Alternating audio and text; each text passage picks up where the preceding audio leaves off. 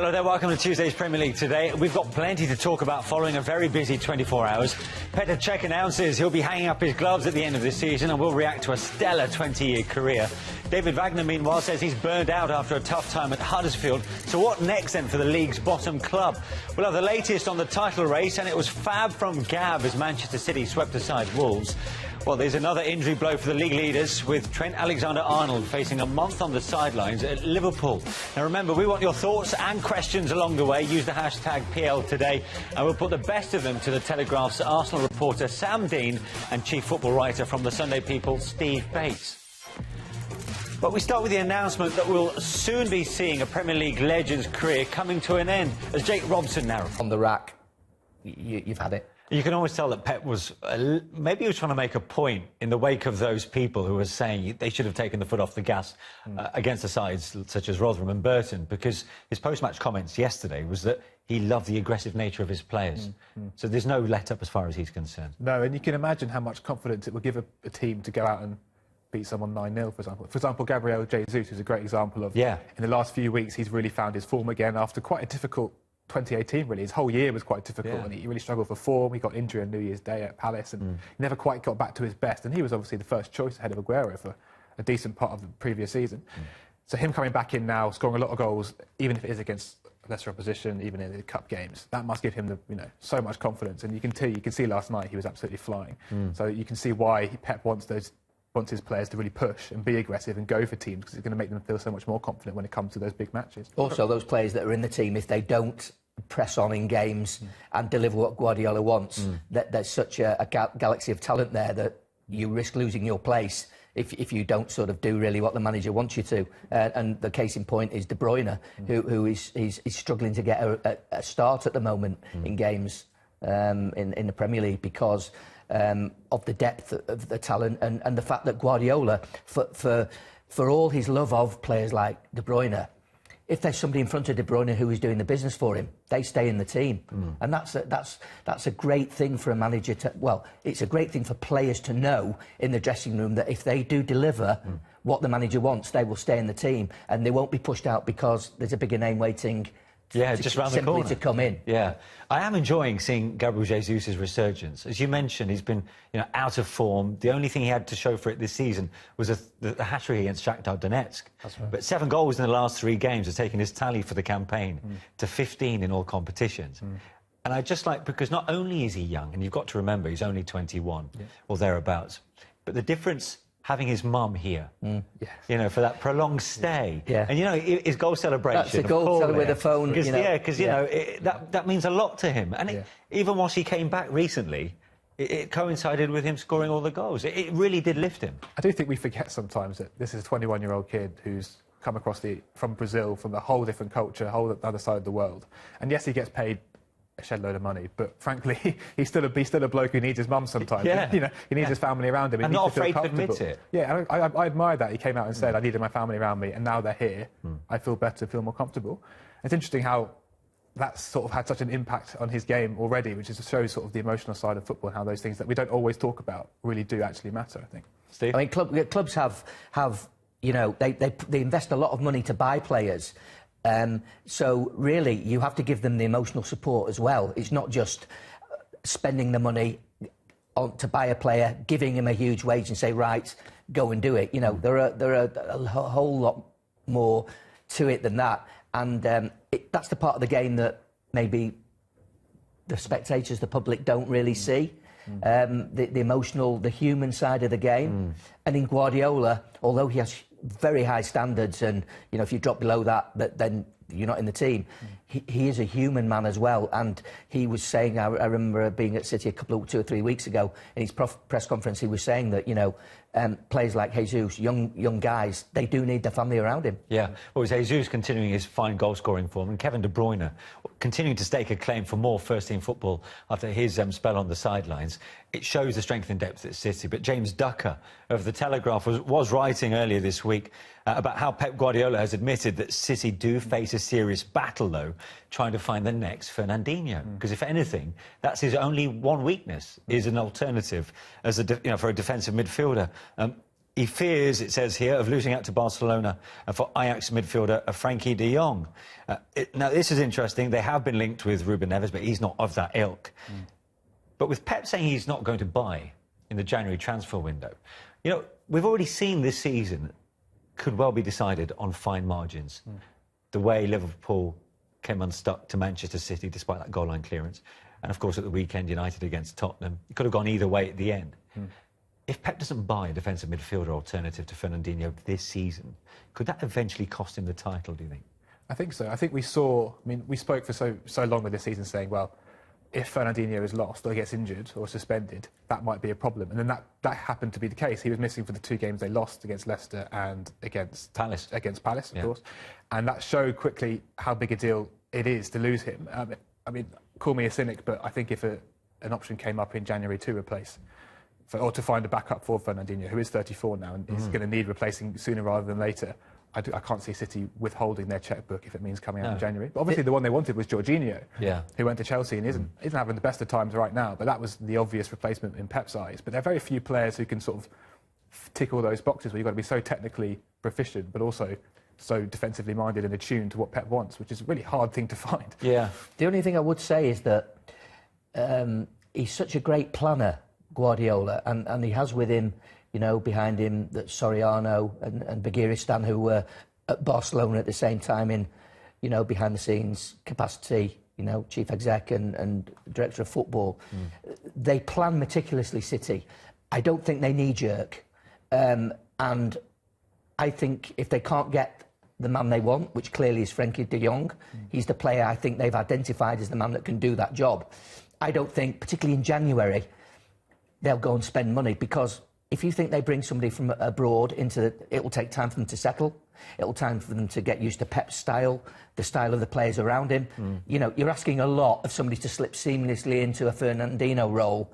I admit it's a problem. Because they are just one injury away. But they are from a major headache. But he's such a unique player in the way he plays, and his influence on that team is so big that I don't think there's another Fernandinho out there that could just come in and do that role. That's why I suppose it makes sense to get them now and then give them 6 months until the end of the season to learn from Fernandinho and to see how he does it. I mean, we saw that with Laporte last year, arrived in January, in and out of the team a bit, played a bit of left-back, wasn't always the key man. And this season, from day one, he's pretty much been their sort of primary centre-back. I think Pep also gave away a couple of weeks ago. I was at a City press conference after a game, and he was asked about Fernandinho, and he just said, pray that he stays fit. Wow. And I think that is an indicator that there is nobody else other than him, and they don't anticipate bringing anybody in. It just goes to show how the title race could be decided on one injury. Doesn't matter how, I suppose, insignificant it may seem at the time. And it's interesting, so City continue to play catch-up to Liverpool. Paul Joyce, in the last couple of hours, has revealed that Trent Alexander-Arnold is now to miss the next 4 weeks for Liverpool. The right-back suffered an injury in the tight win against Brighton at the weekend. So how significant now is this, perhaps, for Jurgen Klopp? That feels like a really major blow, particularly with Joe Gomez also out for a few more weeks and Joel Matip out. I mean, they had Fabinho playing at centre-back this weekend, so the defence is already a little bit stretched as it is. And as you talk about, you know, we talk about fine margins. Someone who's not used to playing right back, and they just loaned out Nathaniel Klein as well. I mean, they must feel like the timing of that is extremely unfortunate. And you look at it and think they're now looking a little bit stretched at the back, which is where they've been so solid this season. I suppose the saving grace would be, as long as we've got Van Dijk, they'll think, as long as we've got Van Dijk, we should be solid, because no matter who plays alongside him, they seem to play well. Like we saw Fabinho this weekend, but because of Van Dijk's presence, anyone within his sort of... I was going to say, does that relate to the whole back four or just the two in the middle? It seems to only affect the centre-backs. I mean, Lovren's been better when he's played alongside Van Dijk. Fabinho was terrific at the weekend. You know, he'll be grateful that he's got a player like James Milner in there, because... he can play at both full-back Milner roles. could play right-back in an emergency. He wouldn't want to do it for a prolonged spell. He's already done it this season, hasn't he? Yeah, so he could play there. But you do get the feeling with Liverpool, they've had such a serene run. Nothing really has gone wrong to derail this charge for their first title in 29 years up till Christmas. But now they're beginning to pick up a few injuries. And I think this title race is so tight that fine margins will determine... We've already seen Harry Kane obviously injured. You know, that's a blow for Tottenham. So this is a blow for Liverpool, make no mistake. What is interesting about this one is he sustained the injury in the warm-up before the game. We covered this at the weekend. And he did eventually say to his teammates, I'm fit to start. I just wonder whether Klopp is a little bit regretful that he carried on playing him, knowing that there was a slight doubt there. But in that opening paragraph, it also mentions Gino Wijnaldum has a concern over his fitness. Again, another knee injury against Brighton. Yeah. I mean, this is another player who, a bit like Trent, has had a stellar first half of the campaign. Exactly, and he's brought so much to that team in terms of energy and physicality. And I think a lot of people probably thought in the summer when they signed Fabinho and signed Naby Keita that Wijnaldum would be a substitute at best for most of the season, but he's really come on leaps and bounds. You talk about, well, if Milner goes to right back, that leaves a gap in midfield, and then if Wijnaldum's not there, you're suddenly relying on Keita, who's not had a great start to his life in Liverpool. Yeah. Someone like Keita, or even Fabinho if he's not playing centre-back. And these are two new guys. Fabinho's been very good, of course, but the pressure on them is suddenly really ramping up, and Liverpool have been so good this season at spreading the load, and that's going to become harder and harder. I think City are better equipped than Liverpool to ride these little niggles, certain injury problems. Look, if De Bruyne can't get back in the team, that shows you how strong they are. No, it certainly does. Let's just dig beneath the surface of Liverpool's win over Brighton at the weekend, because it was imperative in a way that they got back to winning ways. Many people will say that defeat, to Wolves in the Cup and then to Manchester City might highlight more than just a mini blip. Nick Ames of the ESPN says the game won't live long in the memory, but it could well be their most significant. He says in any title-winning season, there are games that end up being almost forgotten. Staging posts, if you like, along the road that offer essential nourishment, but nothing in the way of vivid scenery. Should Liverpool see the job through in May, this laborious win over an excellently drilled Brighton side will only merit a few seconds of the highlight reel. It'll not matter one bit, because these may prove to be their most important 3 points of the entire campaign. It's interesting because, obviously, for the first few months of the season, Liverpool were quite workmanlike, and they were grinding out quite a few 1-0 wins and basing it on a solid defence, which is very much not what we've grown used to with Jurgen Klopp. Then in December and in November, they started to let loose a bit. They became more free-flowing, more like Liverpool we come to recognise in the last 2 or 3 seasons. The last 2 games recently, and the pressure was clearly on this, and Klopp now has the capability to say, right, first things first, we defend. And they went back to how they were at the start of the season against Brighton. Because Klopp did say afterwards, we're not the Harlem Globetrotters. Exactly. You can't expect us to win 5-0 every week, is the message he'll be sending out. Because they were doing that in December. They were absolutely scoring goals from all over the place. Whereas when the pressure comes on, they now can go, right, first things first, we defend, we set up deep, we set up strong and compact, and we make sure we don't concede a goal. And with Van Dijk in the team, you can do that, which is what they haven't been able to do in previous seasons. You can just see what it meant to the Liverpool players at the time.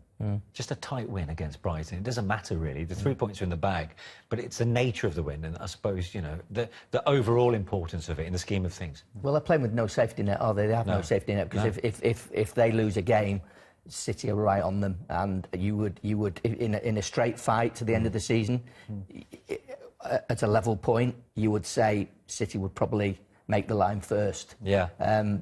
But that's why that Klopp is celebrating every win, even if it's 1-0, even if it's ugly, dirty, scrappy. That's as good a win for him as playing expansive football and winning 3-0. Connor Dunn of the Liverpool Echo observed something that was not been hugely evident in Liverpool's game, particularly this season or the last couple of seasons. He said a use of the dark arts by Liverpool, something that you'd normally associate with Manchester City. He said when Mohamed Salah celebrated his penalty, he was stood in front of the Liverpool supporters for so long after the goal that Brighton had lined up and were ready to restart as Salah sauntered towards the Reds' own half. There were slower goal kicks from Alisson and time spent with the ball nearly in hand as he made the Brighton attackers come close before he'd pick it up. And finally, he says, Trent Alexander-Arnold and Andy Robertson took the pace out of the game when taking their throw-ins and free kicks, and it was a similar story with corners and other players on the pitch as well.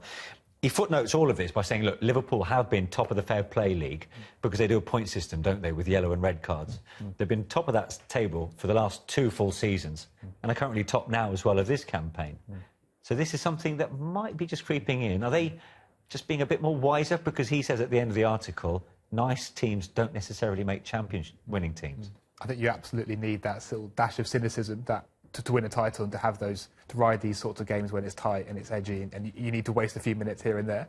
And that's something that I think Liverpool will become more sort of world-wise as they go through this season. And we saw at the start of the campaign how they were becoming a bit more, OK, right, if the ball needs to be in the corner flag for a bit, we'll put it there. And a bit more sort of cynical and practical in that sense. And I think City have absolutely got that. We spoke a lot about tactical fouls they make and how important someone like Fernandinho is on that. But the whole squad gets involved with it. I know Guardiola doesn't particularly like talking about that, but it's absolutely a part of their game. And that's something that I think Klopp doesn't necessarily think about first and foremost. But Liverpool need to definitely add that to their game, and they certainly are.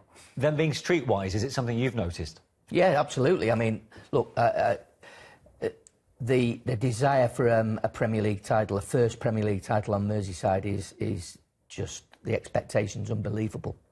And that club cannot wait to win a first Premier League title. So I suspect that whatever philosophies Jurgen Klopp might have, whatever his dream way of playing might be, forget that. He'll do absolutely, utterly anything. If they played like, for instance, the Leeds team of the 70s, who used to grind out results and would absolutely resort to every dirty trick in the book to get over the line, I suspect that's what Jurgen Klopp and Liverpool would do now to win that title, because it's gone on so long that playing pretty football, I think, is irrelevant, really. That they just need to win that title. And I think the perception last season was that Liverpool were too nice. I think the question will be, you mentioned that pressure and that expectation. The question will be how that affects them as they come closer to the title. I mean, we saw in the Brendan Rodgers season with Suarez and Sterling leading them towards the title, when they obviously fell short of the final hurdle, we saw the fans on the street banging on the bus, the absolute wave of emotion that sort of fueled that team. And Jamie Carragher said that helped Liverpool. He said that helps them. But you do wonder sometimes, let's say, for example, they're 1 goal down with 20 minutes to go at home to Crystal Palace, for example. That pressure and that weight of expectation is going to suddenly hit them at one point. And it's how they're going to deal with that. And you imagine that these sorts of tricks will be the sort of thing that helps them regain control and regain composure in the game. No, that's a good point. Brighton might have gone into this fixture thinking Liverpool were there to be got at, particularly with a makeshift backline. There was no Dejan Lovren, who, after starting 7 consecutive games, pulled up injured. So in came Fabinho. Conor Dunn wrote about it as well, in terms of the impact that Fabinho had. I mean, it seamlessly slotted in. We were given an insight of that against Wolves earlier in the FA Cup. But even, I suppose, when, Virgil van Dijk isn't the man of the match, he still gets credit for those around them and that level of improvement for someone like Fabinho who comes in, because he was marshalling him all over the place. And they look like, to be honest, they've been playing together for years. Well, Fabinho is clearly a quality player. He's a Brazilian international. He's cost £40 million. But I do think, as we sort of said, I do think that shows the power of Van Dijk. And it's hard. I know he gets a lot of credit, Van Dijk, but it's hard to overstate the impact he's had just on those around him, as well as his own individual performance. And I think the Fabinho thing showed firsthand what kind of calming presence Van Dijk can be. Yeah. And you just look at what Liverpool have done with Van Dijk marshalling them. Oh, yeah, I mean, Liverpool crying out for him, weren't they? He was the missing link, the missing piece of the jigsaw. You'd have to probably say at this point in time that if the vote for Footballer of the Year, Player of the Year was tomorrow, He'd get your vote, would he? I think you'd have to go for him because, traditionally, obviously, everybody goes for the strikers, and there are strikers up there, for sure. But if he was to lead Liverpool to the title or really close to it, I think you couldn't ignore him, even though the kind of the popular vote is usually for a striker. He's been fantastic and worth every bit of the money they paid for him. 21 clean sheets, 20 goals conceded.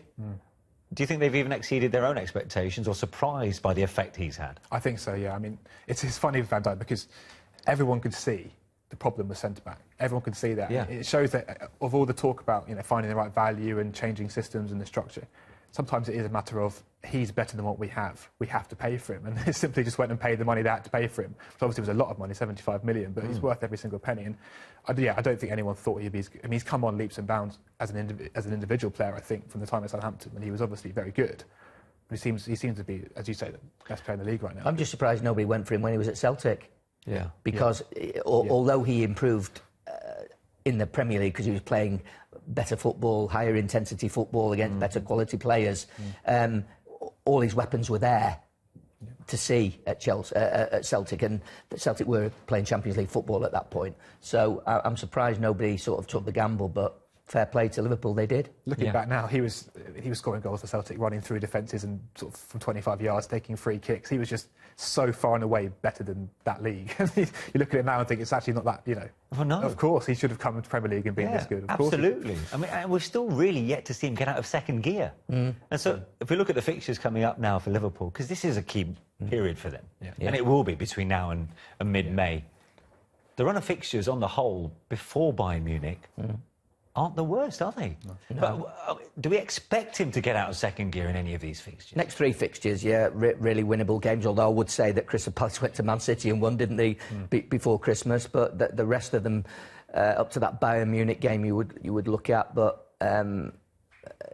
look, I think he's absolutely moved into his absolute prime, Van Dijk, and I don't think it's a coincidence that Holland as a nation are also on the up in international football, and it's because of players like Virgil van Dijk. Yeah. West Ham away strikes me as the sort of game that Liverpool historically would have trouble with.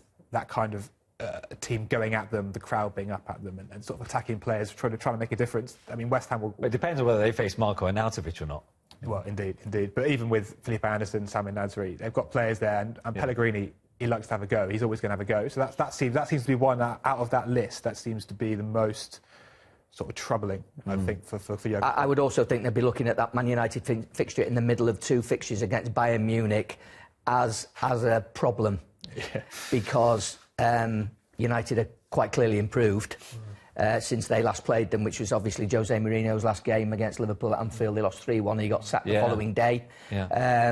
I think that Man United game at Old Trafford, with Manchester United up for stopping Liverpool winning the title or getting ahead of steam up, I think that's going to be a really tough game for them.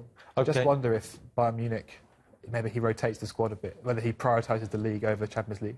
You think it's unlikely for Bayern Munich, especially going back to Germany, for him that'll mean a lot. But you just wonder that Klopp's not afraid to do that. We saw in the FA Cup, he made loads of changes. Whether he thinks this is a once-in-a-lifetime opportunity. I think they have to. I think he. What do you think? Yeah, I think they would. Listen, I know I get Liverpool's link with the Champions League and the great European nights at Anfield. But because it's done relatively recently, and this has now been 29 years since they were in the final title. last year. I think if you said to Klopp, Champions League or Premier League, it's just not a. Which is extraordinary. An argument. I mean, if you heard this argument 2 or 3 seasons ago, I mean, everybody would have thought, you'd be. But I think the fans would go for it as well. Yeah, the fans would back him. If you said to the fans, listen, guys, would you mind if we prioritise Man United? They'd be right behind that. I agree. I think it'd be interesting to see how he copes with that. And if we've looked at Liverpool's next 6, we have to look at City's next 6 and see what's coming up for them. It's. With them building up this momentum, they've had the goals. They're in a few more competitions, of course. They're still in the EFL Cup and the FA Cup. So what do you think now? If you look at it, actually, you can still see them, scoring for fun as they have done in the last 3, particularly. I've been thinking about the mentality of whether you want to go first or second on a weekend. And I'm thinking, for Liverpool's point of view or City's point of view, you can imagine it'd be easier to be the front runner going first, because I suppose, for example, Liverpool this weekend, they knew if they beat Brighton, they'd extend that gap. So that's if we win, we get a positive. If City go first, City win, suddenly it's Liverpool have to win to avoid a negative, and that whole mentality shifts. And I just wonder whether, when that pressure starts mounting and City start winning, and Liverpool play later on that weekend, it's going to change the dynamic a bit. Yeah, Steve? Well, when you see those fixtures, it just makes you realise how important winning against Liverpool was a couple of weeks ago at the Etihad, because I don't think there's anything up until kind of February when they play Arsenal, Chelsea, that will worry City. And I think even those 2 games are at home for them. So I think that all of those fixtures are winnable games for City, which again sort of puts the pressure right on Liverpool really to keep on winning. And who's going to blink first? It's hard to imagine Liverpool being able to drop any points and getting away with it. It just seems like every time you look at City, you think, well, they're going to win. They're going to win. Liverpool need to just keep winning. And if there's one slip-up, that might be enough to punish them. And City have the know-how of winning titles, don't they? They've been there and done it. All their players have won titles, so whereas Liverpool haven't. So that is a factor you've got to put into the equation. It's great, isn't it? Yes. Guardiola said after they beat West Ham a few months ago, he said it reminds him of the season, his second season at Barcelona, when I think they finished with 98 points and Madrid had 97 or something around that. They both got pushed to the absolute limit, and both of them set records for La Liga. And you wonder if that might be something similar this season, where they both have to go and get something. I mean, City obviously got 100 points last year, and he thinks it might take something similar again this year to win it. And while it pushes them on the edge, we wouldn't have it any other way. Time for another break on the programme. Up next, we'll be discussing whether Ole Gunnar Solskjaer is a keeper after he maintains his 100% start to life in the Old Trafford hot seat.